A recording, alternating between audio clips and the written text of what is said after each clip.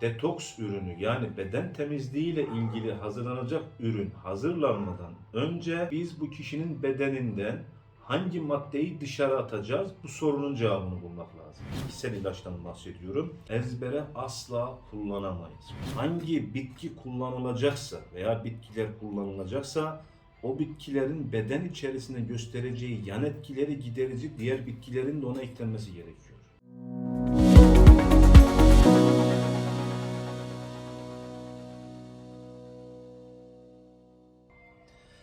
Güzel kalpli kardeşlerim, hepinize merhabalar olsun. Allah'ın rahmeti, bereketi, selamı üzerinize olsun güzel kardeşlerim. Bu derste anlatacağımız konuyla ilgili arkadaşlar herhangi bir tavsiye niteliği taşımıyor. Derste anlatacağımız konular lütfen anlatmış olduğunuz konulardan esinlenerek kendi bedeniniz üzerinde uygulamalar yapmaya kalkmayınız. Herhangi bir problem veya hastalık gördüğünüzde uzman doktorunuza veya hastanenize müracaat ediniz muhterem kardeşlerim. Aynı zamanda sayfamızı da beğenip paylaşmayı, takip almayı lütfen unutmayın kardeşlerim. Bu bizim için çok önemli. Bu bilgileri tüm Türkiye'ye yayabilmemiz için de sizin desteğinize bu anlamda ihtiyacımız var güzel kardeşlerim. Şimdi muhterem hocam konumuz, dersimiz Detoks. detoks. Detoks. Detoks. Detoks nedir? Yunanca bir kelime mi? Muhtemelen evet. Kökeni Evet, olarak. aynen o şekilde. Peki İslam tıp hekimleri detoks anlamına gelen neyi kullanmışlar? Ya ishal ettirme, söktürme şeklinde kullanılmış. Şu an Bedendeki- detoks kullanalım hocam biz ishal Evet. ettirmekten. Şimdi güzel kardeşlerim, İslam hekimleri geleneksel tıbbın içerisinde veya mizaç ilminin içerisinde insan bedeninde 4 noktada sindirimin olduğunu söylemişler eserlerinde. Birinci sindirim midede, ikinci sindirim karaciğerde, üçüncü damarlarda, dördüncü de ilgili organlarda. Sindirim. Sindirim, maddenin yani bedenden içeri giren maddenin beden içerisindeki sindirim ve hazım noktaları 4 tane.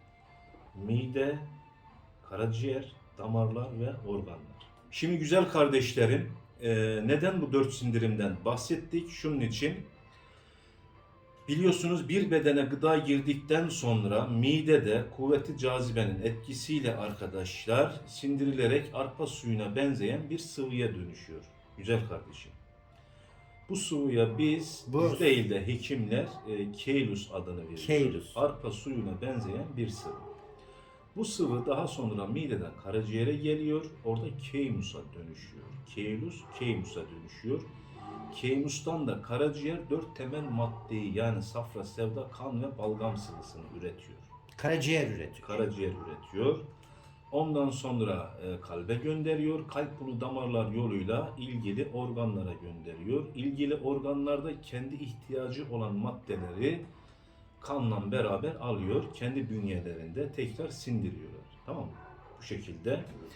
Şimdi her bir sindirim aşamasında mesela midede sindirim başladığı zaman arkadaşlar bedenin ihtiyacı olan maddeyi mide sindiriyor, karaciğere gönderiyor. İhtiyacı olmayan atıl maddeyi de bağırsaklara gönderiyor bedenden dışarı atılabilmesi için. Karaciğer kendi bünyesine gelen keymusu yani arpa suyuna benzeyen sıvıyı sindiriyor. Bedenin ihtiyacı olan sıvıları hılta döndürüyor. İhtiyacı olmayan atıl maddeyi de dışarı atılması için diyelim idrar yollarına gönderiyor. Yani ilgili organ neyse atılma yöntemi oraya yönlendirme yapıyor. Damarlarda kan ve ilgili hıltlar damar içerisinde tekrar bir sindirime tabi tutuluyor. Sindirimden sonra bedenin ihtiyacı olan madde neyse bedende kalıyor. Kanın içinde kalıyor. Kanın içerisinde kalıyor. İlgili olmayan yani atıl madde sindirimin sonucunda ortaya çıkan atıl madde de ilgili organlardan dışarı atılıyor ve atılması için gönderiliyor. Damarlar aracılığıyla kanla beraber ilgili organlara giden maddeler ilgili organa gittikten sonra tekrar bir sindirime tabi tutuluyor. Bu sindirime tabi tutulması aslında İslam hekimlerin deyimiyle madde değişimi deniyor buna aynı zamanda. Yani eski ile yeni yer değiştiriyor. Daha önce organda bulunan 4 temel madde yeni gelen 4 temel maddeyle yer değiştiriliyor.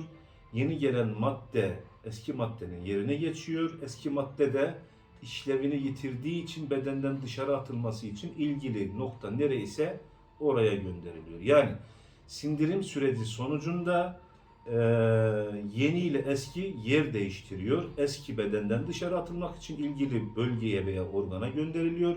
Yeni de tekrar kişinin tabiatını yani beden sağlığını ayakta tutabilmesi için ilgili organda işlevini sürdürüyor.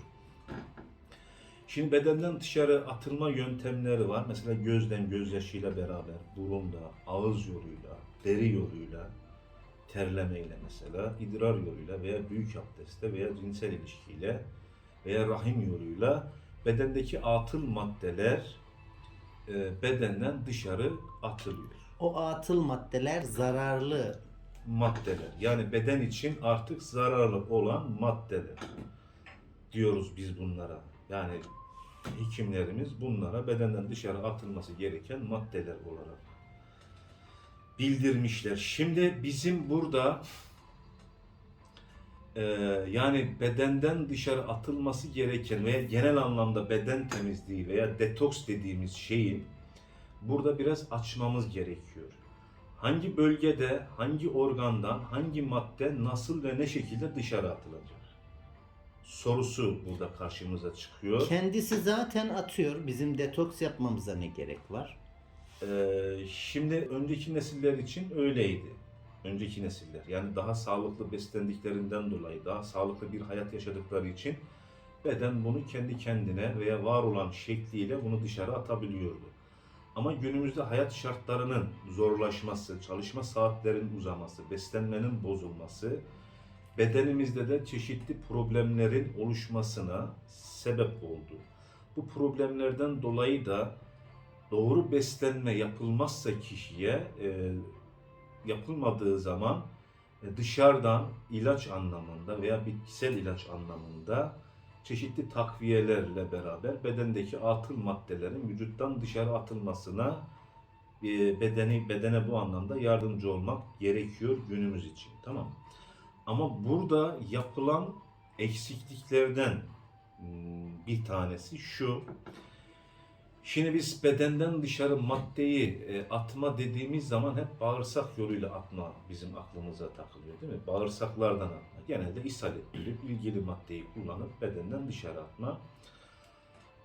Bu doğru olmakla beraber eksik. Biraz önce ne dedik? Bir madde var burundan dışarı atılması gerekiyor. Bir madde var ağızdan dışarı atılması gerekiyor. Bir madde var deriyle, ter yoluyla dışarı atılması gerekiyor. Bir madde var idrar yoluyla, bir madde var diyelim ki büyük abdest yoluyla bedenden dışarı atılması gerekiyor. Burada birincil eksik bu. Burada ne yapmamız gerekiyor? Hangi maddeyi hangi noktadan veya bölgeden dışarı atılması gerekiyor? İlk önce bunun belirlenmesi gerekiyor. Yani kişiye detoks ürünü yani beden temizliğiyle ilgili hazırlanacak ürün hazırlanmadan önce biz bu kişinin bedeninden hangi maddeyi dışarı atacağız? Bu sorunun cevabını bulmak lazım. Bu sorunun cevabı bulunduktan sonra hangi madde bedenden nasıl dışarı atılacak, hangi madde atılacak ve nasıl dışarı atılacak? Atılırken biz ne kullanmamız gerekiyor? Burada biz İslam hekimlere dönüp bu soruyu soruyoruz. Bu hatırlarsan İslam tıp tarihi üzerine bir ders yapmıştık burada. Orada Sabit diye bir hekim vardı. Bedenine kuruluk olan bir bayana ne yapmıştı? Bedenin nemlendirici bir beslenme hazırlamıştı. Şimdi İslam hekimleri güzel kardeşim ilaç işini hep işin en son aşamasında kullanmışlar. İlk önce beslenmeyle kişiyi biz nasıl sağlıklı hale getiririz onun hep derdine düşmüşler. Hep beslenmeyle kişiyi tedavi etmeye çalışmışlar. Bizim burada günümüzde yapmış olduğumuz en büyük eksiklik hemen bir problem görene kadar kişiye ilacı vermemiz veya ilaç kullanmasını kişiye tavsiye etmemiz veya edilmesi. Bu çok yanlış bir olay. Neden? Çünkü ilaç bedende zıt etki yapar. Yani söktürür, bedeni yorar ilaç kullandığında. Biz bedeni yormadan beslenmeyle yani gıdalarla bedendeki ilgili atıl maddeyi dışarı atabilir miyiz? Atabiliriz. Bunun birçok yolu ve yöntemi var. Yani demek istediğim şu. Beslenme programıyla beraber kişinin problem durumuna göre, kişinin probleminin tabiatına, mizacına göre, hastalığının mizacına göre hazırlanacak beslenme programıyla beraber biz kişinin bedenindeki atıl maddeleri rahat bir şekilde bedenini yormadan bedenden dışarı attırabiliriz. Bunu yapabilmek için de bu alan üzerine ciddi ilim gerekiyor bu anlamda. Yani siz geldiniz, bir probleminiz var bu anlamda. Bağırsaklarda sorun var diyelim veya idrar yolunda sorun var veya deride bir sorun var.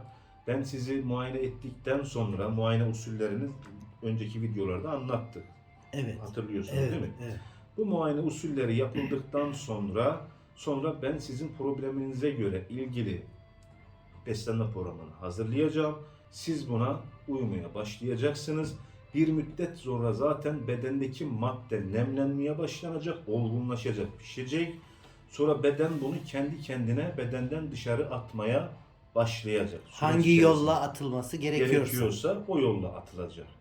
Şimdi burada eğer biz beslenmeyle ilk etapta istediğimiz hedefe ulaşamazsak, diyelim ki 15 gün veya 1 ay süre veya 1,5 ay süre içerisinde, ondan sonra ancak ilaç kullanmaya başlayabiliriz, ilgili ilacı. Bu ilacı da, yani bitkisel ilaçtan bahsediyorum, ezbere asla kullanamayız. Kullanmadan önce ne yapacağız güzel kardeşim? Hastalıklı maddeyi, yani kişide kabızlık varsa kabızlığa sebep olan madde ne, durum ne, problem ne, onu belirleyeceğiz. Belirledikten sonra o maddeyi olgunlaştırıcı gıda ve bitkilerle o madde ilk önce olgunlaşacak, yani yumuşayacak. Ondan sonra bedenden dışarı attırıcı, söktürücü ilaç veya detoks ürünü kullanacağız. Burada bu detoks ürününü kullanırken de öncesinde olgunlaştırma var. Olgunlaştırma yapmadan asla kullanamayız. Ne olur? Ne mi olur? Şöyle düşünelim. Şimdi bir bayanın ne kadar doğal organik deterjan kullanırsa kullansın, bir perdeyi devamlı her gün yıkadığını farz edelim. Veya bir bayan istediği kadar veya bir erkek fark etmez, organik, %100 doğal bir deterjanla her gün ellerini günde 3-5 sefer, 10 sefer yıkasa. Detoks sürecinde. Detoksta aynı mantık bu. Yani temizlik değil mi sonuçta? Beden temizliği fark etmiyor. Veya her gün bir kişi duvarı devamlı silse, bir müddet sonra orada boya kalır mı duvarda? Çıkar değil mi yavaş yavaş? Evet. Veya perdeleri her gün yıkadın. Çıkmaması veya gereken şeyler de çıkar ve yıpranır, zarar görür. yıpranır ve zarar görür. Veya şu an üzerindeki elbiseleri her gün eşinizin yıkadığını farz edelim. Ama doğal ve organik bir deterjanla bile yıkasa bir müddet sonra bu elbiseler ne olur? Yıpranır. Ömrü kısalır. İşte bedende de ezbere, bilinçsiz bir şekilde sırf iş olsun diye veya ticari amaçlı kişiye detoks kullandırmak veya söktürücü kullandırmak veya ishal ettirici kullandırmak bir müddet sonra bağırsağın florasına zarar vereceğinden, bağırsakta sindirim ve hazım yapan bakteriler ve virüsler zarar göreceğinden bağırsağın iç çeperi yıpranmaya başlayacak. Kişi o an belki rahatlayacak dışarı çıktığı, yani maddeyi dışarı çıkardığı için, ama uzun vadede o kişinin bağırsağı bu sefer ciddi anlamda hasta olmaya başlayacak, problem olmaya başlayacak. Niye? Savunmasız kalacak tamamen. O yüzden dolayı detoks ürünü kullanan veya kullandıran bir kişinin bilmesi gereken temel konuların başında gelen durum şudur muhterem kardeşim. Hangi bitki kullanılacaksa veya bitkiler kullanılacaksa o bitkilerin beden içerisinde göstereceği yan etkileri giderici diğer bitkilerin de ona eklenmesi gerekiyor. Şimdi birinci aşama madde olgunlaştırılacak. Sonra bitkisel ilaç kullanılacak ama bu ilaç kullandırılırken de o ilacın bedende göstereceği yan etkiyi giderici başka bitki veya bitkiler o bitkiye eklenmesi gerekiyor. Eğer bunlar eklenmezse hangi ürünü kullanırsa kullansınlar %100 diyorum buna bak, %99 demiyorum. O bağırsaklar, o beden bundan zarar görecek. Olgunlaştırma yapılmazsa, kullanılacak bitki yan etkisini giderici başka bitki ve gıdalar kullanılmazsa direkt ezbere. İşte İngiliz tuzu veya karbonatı kullandım veya gittim hocam doktorum var işte hocam var çok bu işte çok bilinçli, çok uzman, işin uzmanı bana bunu verdi ben bunu kullanıyorum rahatladım onu rahatlarsın o gün. O gün için rahatlarsın. Ama ondan sonra ona bağımlı hale gelirsin. Anladım. Yani bitkiyi doğru yerde kullanmazsan doğru şekilde illa kimyasal ilaç kullanmana gerek yok. O bitki de seni bağımlı hale getirerek ilerleyen zamanlarda hastalandırmaya başlar. Anladığım kadarıyla bu özellikle bitkisel ürün yapan arkadaşlarımıza söylenilen bir Ya konu bu oldu. bütün halka söylenen. Halk buradaki bütün bilmeyebilir. Halk mesajımız- nereden bilecek? Hem de birinci derecesi var, ikinci derecesi var, üçüncü derecesi var. Bazı bitkilerin etkileri açısından anladığım kadarıyla. Şimdi burada tabii ki güzel bir noktaya aslında temas ettin. Aklıma bir yaşadığım bir olay geldi. Şimdi dışarıdan bir kişi olarak ben sana bu soruyu sorayım. Şimdi bir çocuk düşün, felç. Boyundan aşağısı çalışmıyor bu çocuk. Ankara'da kendini doktor olarak pazarlayan bir kişinin yanına gidiyorlar. Tamam mı? Detoks ürünleri vermiş bu kişi de bu çocuğun kullanımı için. Önce bağırsakların temizlenip sonra yapılması gereken neyse onların yapılması gerekir diye. Karşında oturuyorlar. Şimdi dedim ki ben veliye, çocuğun babasına dedim ki çocuğunun dedim elinin, ayağının ısısına bir bak dedim. Baktı sıcak mı soğuk mu? Dedi ki soğuk. Zaten beden felç olduğu için beden soğuk olur. Yani deri altında gayri tabi balgam maddesi yığılmıştır. Yani nem artmıştır. Yani o da soğukluğa götürür zaten. Şimdi soru sordum ona. Dedim ki ağabey dedim şimdi bu çocuğu biz ishal ettirirsek detoks ürünü kullandırırsak bu çocuğa bu çocukta soğukluk artar mı azalır mı dedim. Soru sordum. Şimdi aynı soruyu ben size sorayım. Felçli bir kişiye gittik bir doktora. Bu doktor da doktor da demeyelim de yani bitkisel işlerle uğraşan, millete detoks atan bir kişi. İsim vermeyelim. Bu kişi de buna detoks ürünlerini verdi. Kullandırmaya başladı. Bu durumda kişinin bedenindeki soğukluk artar mı azalır mı sizce? Artacak. Soğukluk artacak değil mi? Evet. Problem ne olacak? Bedende ilerlemeye başlayacak.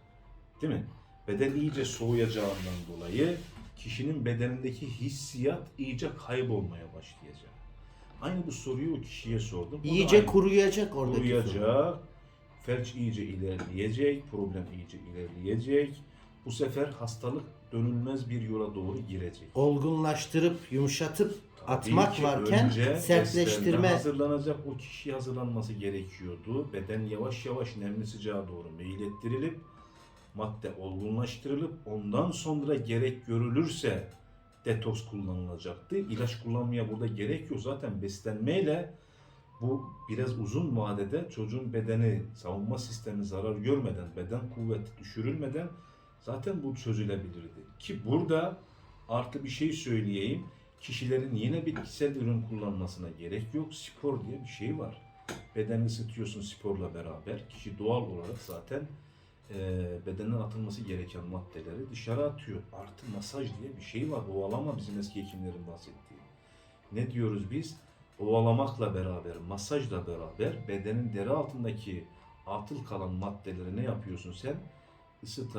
Isıta harekete geçiyor. Hareketle beraber zaten vücut savunma sistemi atılması gereken maddeleri atmak için bedene yardımcı oluyor. Bunları yaparsın, olgunlaştırma. Yani spor olur, masaj olur, olgunlaştırmak için beslenme olur. Ondan sonra olmazsa detoks olur ama burada da çocuğun veya kişinin savunma sistemini düşürmeden, beden kuvvetini düşürmeden ezbere yine olmaz. O yapılan, felçli çocuğa yapılan uygulama zamanında doktorlar tarafından ya da çeşitli danışmanlarca düzeltilmemiş olsaydı çocuğun başına ne gelirdi? Çocuğun problemi iyice ilerleyeceği yani ilerleyeceğinden dolayı hastalığın zaten düzelme şansı mümkün olmazdı zaten. Evet. Cümlenizin başında, dersin başında çok güzel bir şey ifade ediyorsunuz. Burada biz geleneksel tıp hekimlerimizin neler yaptığını anlatıyoruz. Ya tıp hekimi demeyelim buna da. Yani hekimlik çok farklı bir şey. yani geleneksel tıpla ilgilenen kişiler diyelim. Evet. İnsanların, bilmeyen insanların, bu konularla ilgili bilmeyen insanların ilk önce gitmeleri gereken doktorlar var. Kesinlikle. Uzmanlar var, aile hekimleri var, devlet hastaneleri var, şehir hastaneleri var. Ve ayrıca destek olarak da bu konuları bilen insanlardan Ciddi. Bakın şimdi ben şuradan örnek vereyim. Konunun başında yeri de belirledim. Sayfa 194. Bizim kitabımız burada. Hani ben insanlara bunu alın okuyun diyorum da boşuna demiyorum. Burada yaklaşık 7-8 sayfa, az sayfa, bir saniye.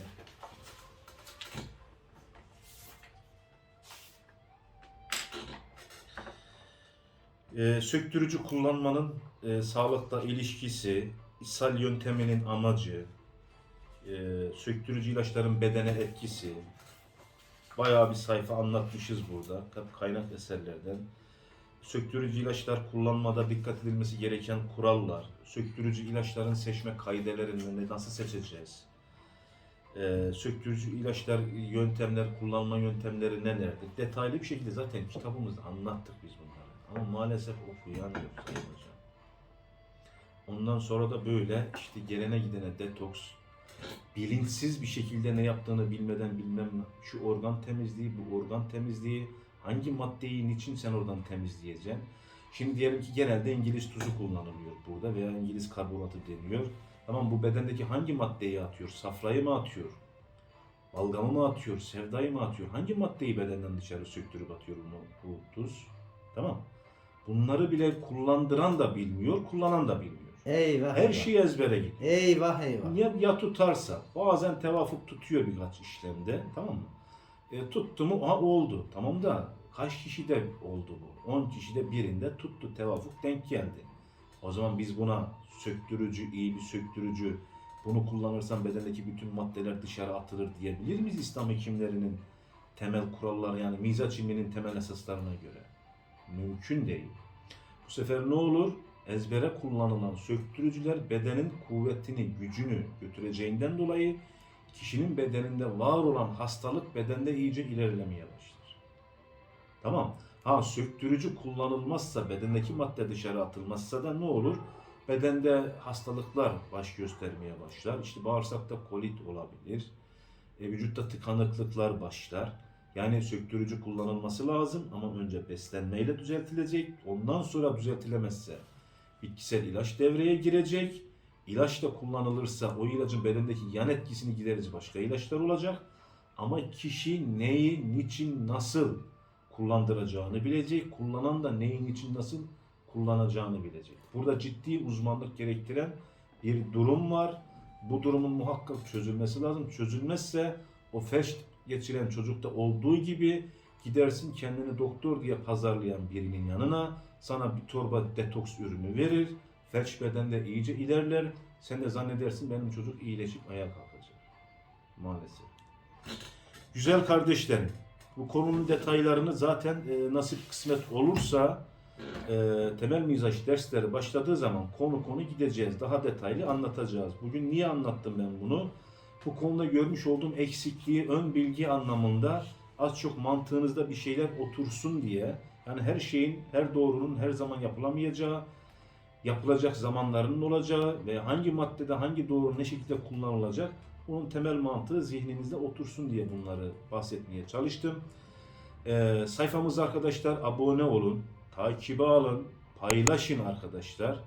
Bu bilgileri başka insanların da duymasına lütfen vesile olun. Allah'a emanet olun. Kendinize iyi bakın. Hakkınızı helal edin. Hayırlı günler diliyorum arkadaşlar.